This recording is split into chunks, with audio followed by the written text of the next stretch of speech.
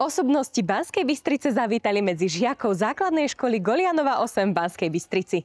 Každoročne sa na škole odohráva jedinečný ročníkový projekt absolventov, ktorý predstavuje vzorový príklad inovatívneho vzdelávania. Žiaci 9. ročníka sa v tento deň stávajú osobnosťami a učiteľmi pre svojich mladších spolužiakov, aby ich prostredníctvom rôznych vzdelávacích a zábavných aktivít priviedli k novým poznatkom a najmä zážitkom.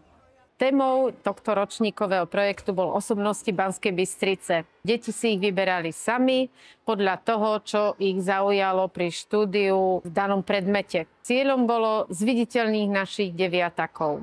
Sú už veľkí, odchádzajú nám na stredné školy a mali ukázať v tomto projekte, čo sme ich doteraz naučili. Nielen vedomosti, ale aj ich prezenčné schopnosti, vystupovanie, nadanie, talent a taký ten drive, s ktorým ich posielame do života.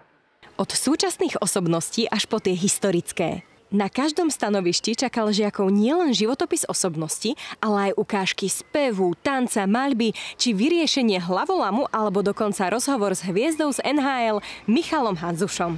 Ja si myslím, že ak je tá vôľa, že chcú, tak ja si myslím, že je dôležité, aby deti sa učili práve hľadaním vecí a vytváraním projektov, že sa tým sa učia, takže bolo to fajn.